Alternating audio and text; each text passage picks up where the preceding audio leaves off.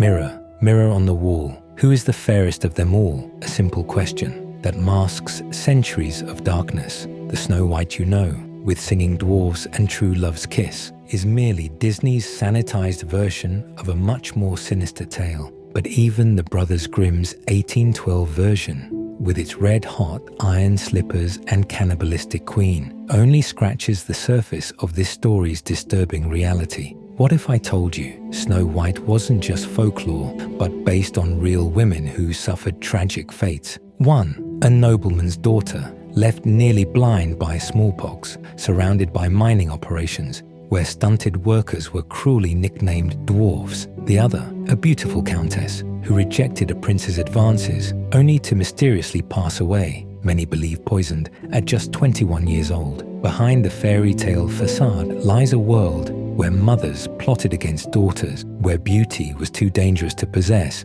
and where our happily ever after was nothing but a cruel joke. The real story involves poisoned children, forbidden romances, and brutal scenes that make Disney's version seem like child's play. Join me as we unearth the blood-soaked roots of Snow White, where the line between fairy tale and murder mystery disappears completely. Welcome to Buried Tales, where the truth is more disturbing than fiction. Contrary to popular belief, the Brothers Grimm didn't invent Snow White. They were librarians who excavated this ancient German folktale during a pivotal historical moment. The early 1800s found Germany fractured into 39 separate states, with Napoleon's forces occupying significant territories. In 1806, William I of Hesse fell to Bonaparte's army, with Napoleon's brother Jerome installed as ruler in Kassel. German cultural identity faced extinction as foreign influence threatened to erase centuries of tradition and heritage. Amid this national crisis, Jacob and Wilhelm Grimm launched what can only be described as a cultural rescue mission. Working as librarians, they began collecting spoken stories passed through generations, tales whispered by firesides and shared at bedsides that had never been formally documented. Their work wasn't merely scholarly, it represented a resistance against French occupation, a way to preserve German identity when political unity seemed impossible. The brothers published their first collection in 1812, documenting 86 folk narratives, including Snow White, as tale number 53. What's fascinating is that they never intended these stories for children. They were capturing cultural history, complete with their violence, darkness, and adult themes. Little did these scholarly brothers know, they were creating what would become the definitive childhood literary experience for the next 2 centuries. Their collected tales eventually translated into more than 160 languages and inspiring countless adaptations across every form of media imaginable. In 1812, the Brothers Grimm unveiled their groundbreaking collection, Kinder- und Hausmärchen, children's and household tales, featuring 86 folk narratives that would forever change storytelling. Though many questioned whether these often violent tales belonged in children's hands, the brothers published them anyway, believing these cultural treasures were not just entertainment, but records of history. They saw themselves as cultural protectors, not children's authors, and expected parents to decide which stories reached young ears. The original Snow White, it bears little resemblance to Disney's sanitized version. Most shockingly, the villain isn't a jealous stepmother, but Snow White's biological mother, a deliberate change Disney made to soften the horrifying concept of what Snow White would do to her own mother. The tale begins with haunting beauty. A queen sits beside a window as snow falls silently outside. When she accidentally pricks her finger, 3 red drops stain the pristine white snow. Mesmerized by this stark contrast, she makes a wish for a daughter with skin white as snow, lips red as blood, and hair black as the ebony windowsill. Nature grants her desire, but at a terrible price. 7 years pass, and young Snow White blossoms into extraordinary beauty. The queen, once loving, becomes consumed by jealousy. Daily, she consults her truth-telling mirror, seeking reassurance of her supreme beauty, until one day, the mirror delivers devastating news. "You are fair, my queen. 'Tis true, but Snow White is 1,000 times fairer than you." Maternal love transforms instantly into murderous rage, the queen summons a huntsman and commands him to lead her 7-year-old daughter deep into the forest, dispose of her, and return with the child's lungs and liver as proof. Most disturbing is her intention. She plans to consume these organs with salt, believing this ritual will transfer her daughter's youth and beauty to herself. This grotesque detail reflects medieval European beliefs about witchcraft, where consuming organs, particularly those of the young, was thought to bestow magical powers. The Brothers Grimm preserved this element to authentically capture the superstitions and fears of the era. The huntsman, unable to take the life of an innocent child, spares Snow White and instead brings the queen organs from a wild boar. Meanwhile, he warns the terrified girl never to return home, leaving her alone in the forest, a child abandoned by the very person meant to protect her above all others. The huntsman's mercy becomes Snow White's salvation. Rather than hurt an innocent child, he slaughters a wild boar, harvesting its organs as gruesome trophies for the bloodthirsty queen. Meanwhile, the terrified girl plunges deeper into the forest, alone and abandoned by her own mother. As darkness falls, Snow White discovers a peculiar cottage nestled among the trees. Inside, everything exists in sevens: 7 plates, 7 cups, 7 beds, each item meticulously arranged, as if awaiting multiple people. Fascination soon turns to exhaustion. She collapses on one of the beds, instantly falling into deep sleep. Hours later, the cottage's rightful owners return, 7 miners whose stunted growth from years of dangerous underground labor has earned them the name dwarfs among villagers. Snow White awakens to 14 eyes studying her intently. After hearing her tale of her mother's betrayal, the dwarfs offer sanctuary with one condition: she must maintain their household while they labor in the mines. For Snow White, this arrangement promises safety from her mother's evil intentions. Meanwhile, the queen performs her daily ritual, consulting her truth-telling mirror. Its response sends her into a murderous rage. "You, my queen, are fair, 'tis true, but little Snow White beyond the 7 mountains is 1,000 times fairer than you." The mirror's revelation that Snow White lives with 7 dwarfs beyond the mountains confirms her huntsman's treachery. Consumed by jealousy that transcends maternal instinct, the queen begins plotting again. No longer trusting servants to execute her orders, she resolves to personally ensure Snow White's end. The queen's obsession reveals the tale's darkest theme: that maternal love, supposedly the most sacred bond, can transform into deadly hatred when corrupted by vanity and jealousy. Snow White's sanctuary with the dwarfs, it's only a temporary respite, for the mirror's magic ensures her mother will always find her, no matter how far she flees. Her deep desire to hurt her daughter shows itself through ever more clever and harmful. It came from Lord In the first, disguised as a humble peddler woman, she approaches the cottage with an irresistible offering: exquisite handmade lace. Snow White, isolated from feminine luxuries in the dwarf's rustic home, eagerly purchases the delicate trimmings. "Let me help you wear it properly, child," the disguised queen offers, with practiced kindness. As Snow White turns, the queen's gentle hands become instruments of rage. With methodical precision, she tightens the bodice laces until they squeeze her tightly. Snow White's desperate gasps for air grow weaker as her face drains of color. The queen flees into the forest, certain her daughter's end is imminent. Snow White collapses to the floor, her consciousness fading as oxygen deprivation slowly takes her to eternal sleep. By nightfall, her body lies motionless, a beauty, frozen in dark embrace. Only the dwarf's timely return saves her. They cut the laces with mining knives, restoring her breath just as life nearly abandoned her completely. The queen's second attempt, it employs a poisoned comb of exquisite craftsmanship. Though initially suspicious of the disguised queen,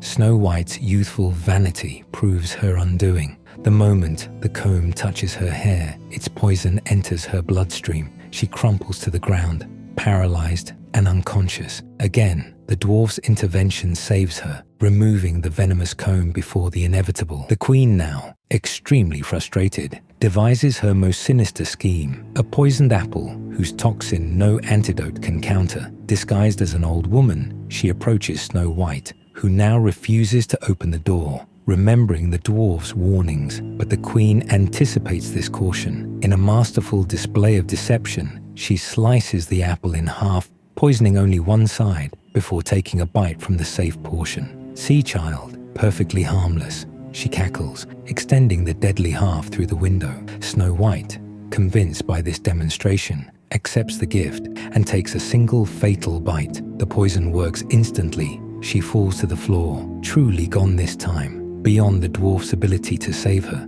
When the miners return, they're struck by her unnatural beauty. Even in death, her skin remains snow white, her lips blood red, her hair ebony black, as if sleeping. Unable to bury something so beautiful, they create a transparent coffin of glass, displaying her like a shrine to beauty extinguished by jealousy. For years, Snow White's glass coffin remained in the dwarf's cottage, her beauty preserved, like artwork. Unlike Disney's romantic awakening, the grim tale takes a far more disturbing turn. One day, a wandering prince discovers the dwarf's home and becomes transfixed with Snow White in her crystal casket. Rather than being moved to heroic action, he develops an unsettling obsession with Snow White's corpse. He begs the dwarfs to sell him her body, offering any price. When they refuse, he declares he cannot live without seeing her every day, pleading until they finally relent out of pity for his apparent devotion. The prince commands his servants to carry Snow White's coffin to his castle. There, he positions her glass coffin in his chambers, spending hours gazing at her lifeless form, speaking to her as if she were alive,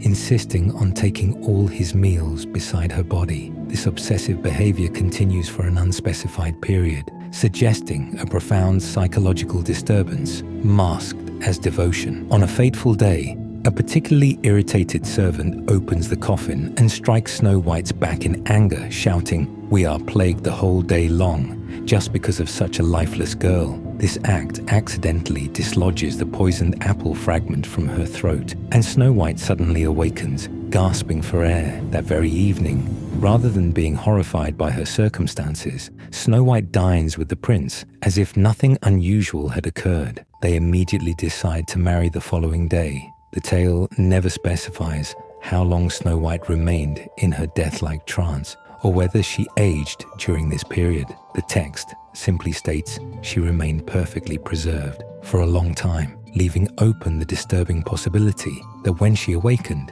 she was still the same child who had fled her mother years earlier. If you're enjoying the video so far, don't forget to leave a like. It really helps out the channel. Thank you. On the morning of the wedding, the evil queen performs her daily ritual, consulting her truth-telling mirror, and for the first time in years, it delivers shocking news. She is no longer the fairest in the land, as a new queen has taken that title. Consumed by jealousy and curiosity, she attends the royal wedding, only to discover with horror that the bride is her daughter, somehow alive and more beautiful than ever. Justice in the grim version is swift. The wedding guests, recognizing the evil queen, seize her immediately, and rather than offering forgiveness or even imprisonment, they subject her to a grotesque execution.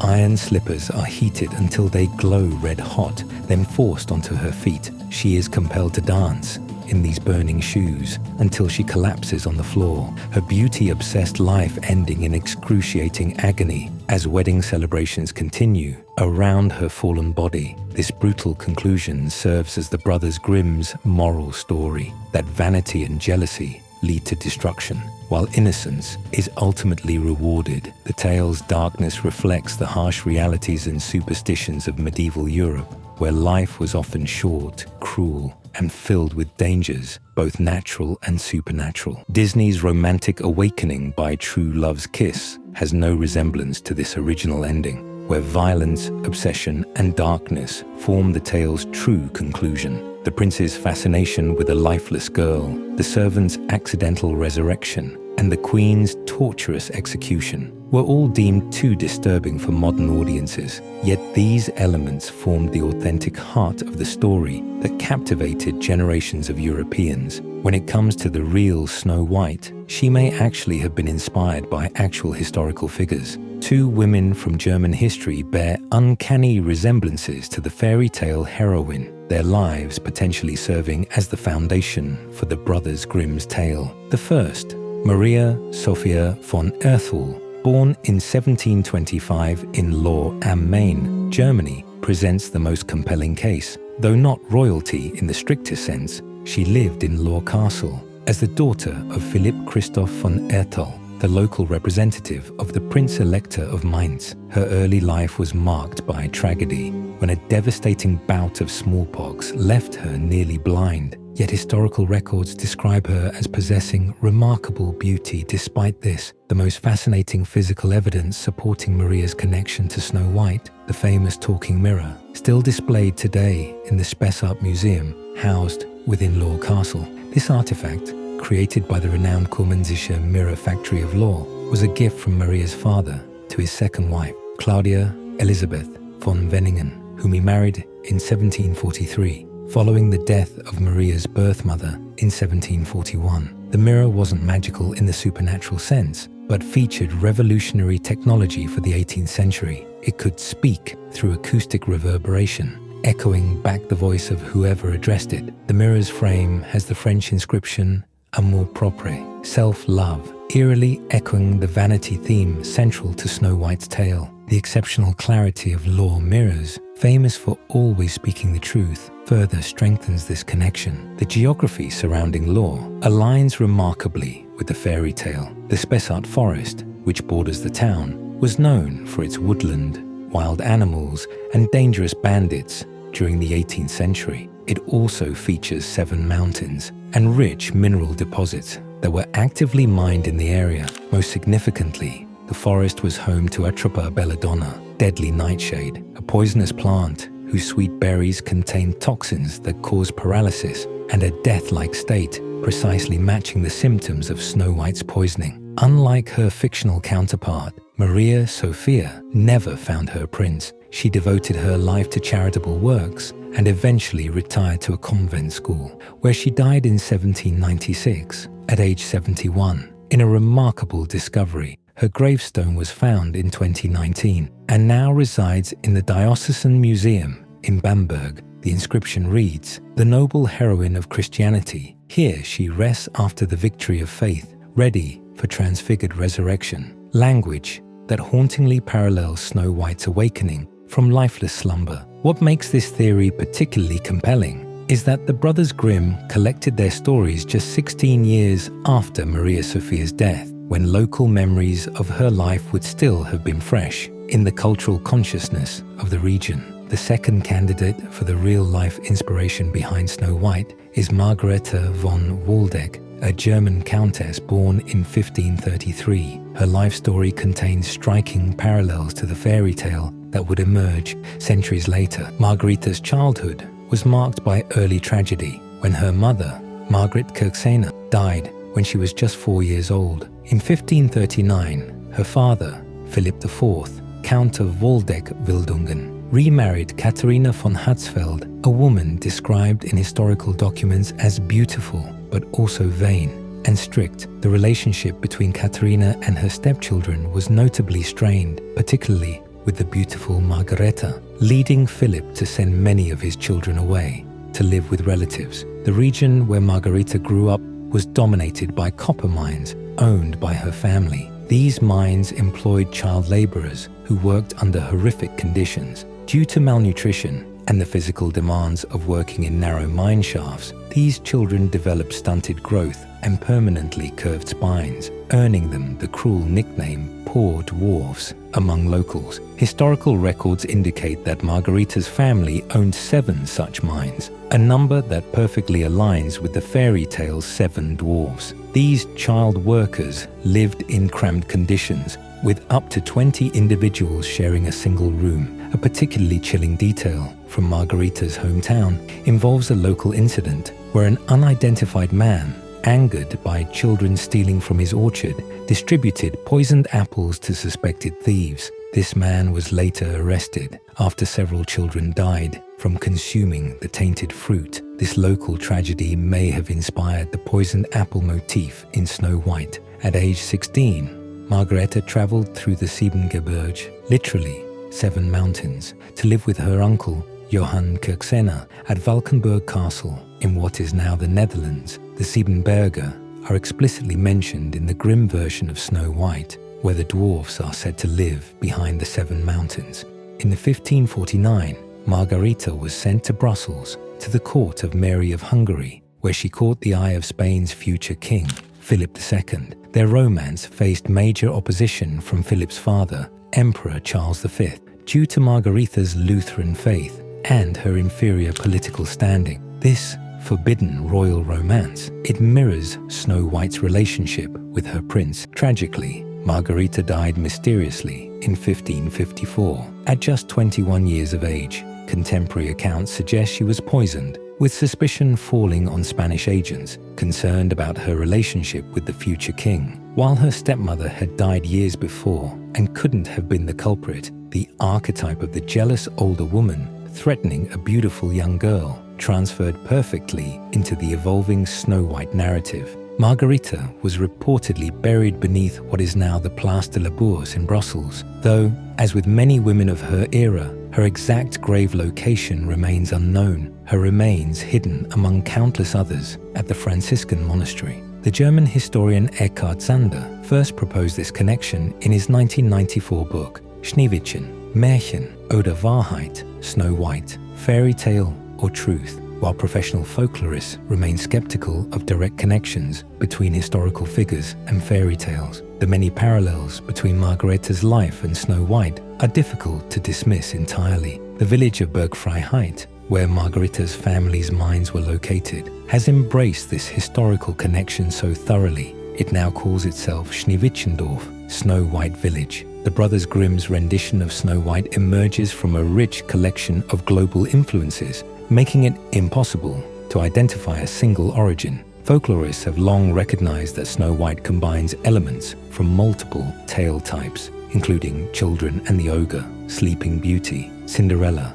and the 7 Ravens. This mix of motifs creates a story that resonates across cultural boundaries. The story's core elements appear in folklore worldwide, often with striking similarities. In Irish mythology, Deirdre prophesies her destined love will have hair black as a raven's plumage, cheeks as red as blood, and skin white as snow, mirroring Snow White's iconic description. The Italian tale, The Young Slave, 1634, features a girl named Lisa, cursed to die at age 7 from a poisoned comb, then placed in 7 crystal coffins, where she continues to grow during her death-like slumber. Perhaps the closest connection is to Greek mythology, through Chione, whose name literally means snow. Renowned for her extraordinary beauty, Chione attracted the attention of gods Apollo and Mercury, who both used deception to assault her while she slept. Mercury used his caduceus to induce sleep, while Apollo disguised himself as an old woman, elements eerily similar to Snow White's poisoning and the Queen's disguise. The Scottish tale Gold Tree and Silver Tree